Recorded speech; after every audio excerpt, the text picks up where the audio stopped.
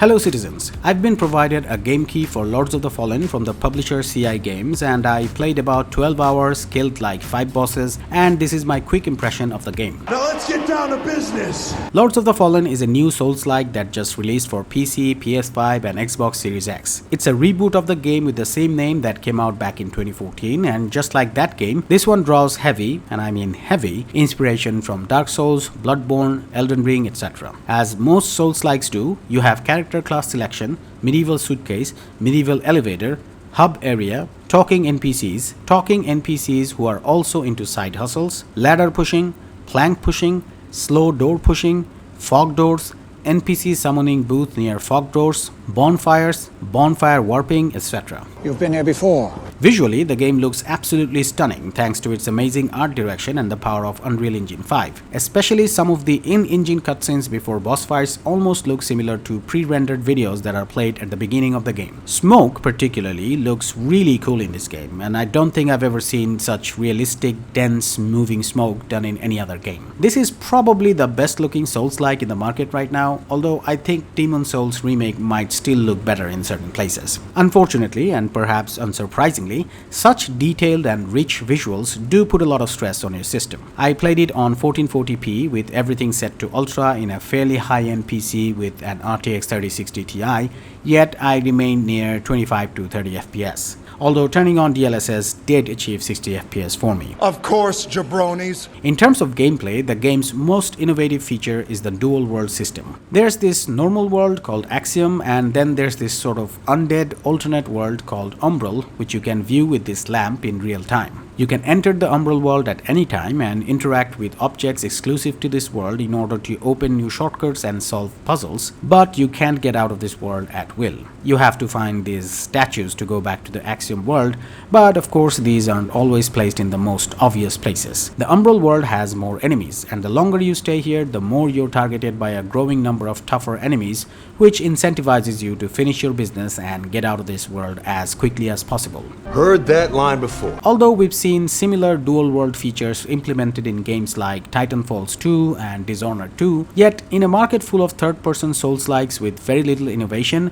this system to me felt like a breath of fresh air. Fresh experience. Unlike what some mainstream reviews say, in my roughly 12 hours playthrough, I actually found the level design to be pretty well done. Yes, due to the lack of a dedicated map, the level layouts can get somewhat disorientating, but based on what I've seen so far, I'd say if you're a Souls veteran, you won't find the level of complexity in the level design here all that unfamiliar. And also, there is a map system which provides you important clues about where to go while not spelling everything out for you. Another somewhat small innovation is the ability to create your own checkpoints by spending a consumable item. So in the world of the game, you find these dead soldier statues, which are your standard bonfire type checkpoints. But then in certain places, you can find these grounds with white flowers spread on them, where you can build a custom bonfire by using an item that can be brought from an NPC in the hub area. On paper, this is a really interesting system, but the placement of these flower beds are not well thought out at all. Usually, right after killing a boss, you'll find a flower bed in the boss room, which I assume most people would utilize in order to rest and reset their healing item and spend their vigor, which are basically souls,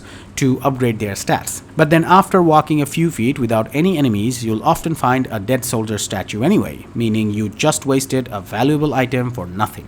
I haven't finished the game of course, but I've already encountered this kind of questionable placement of checkpoints multiple times during my relatively short playthrough, so I can see this is probably going to be a lingering issue throughout the rest of the game. There's something about the walking and especially running animation which sometimes makes it feel like the character is kind of floating, for lack of a better word. While that had no negative impact on gameplay for me, it is something that you'll notice pretty much from the get-go. In short, I'd say handling the player feels like something between Bloodborne and Dark Souls 3, but with less weight, if that makes sense. Don't try to understand it. Feel it.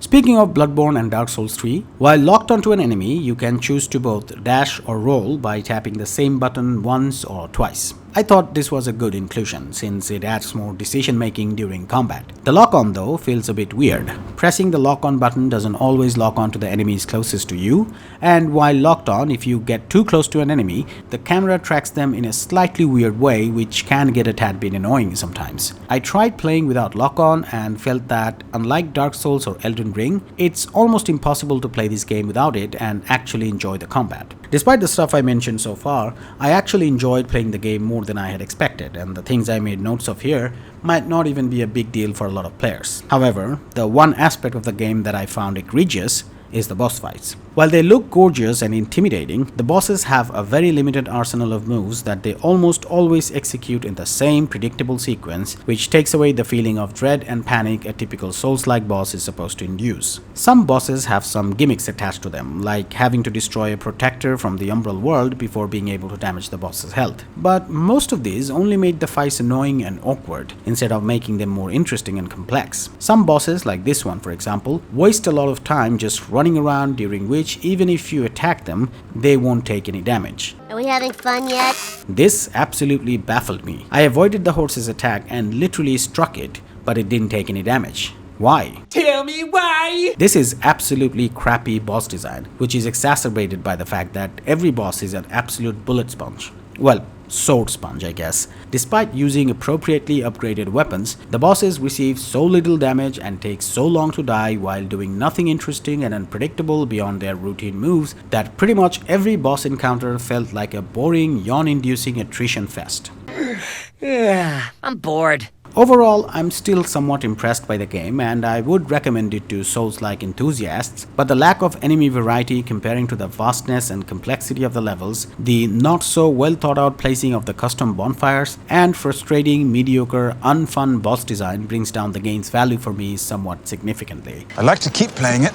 Buried under all these, I can see a pretty enjoyable game, but I'm not sure how much of that game can be unearthed with post-launch patches and balance changes. I'm going to keep playing until I finish the game because I do appreciate this new developer trying to implement some new ideas, and I can only hope that my opinion of the game would change for the better by the time I'm done with it.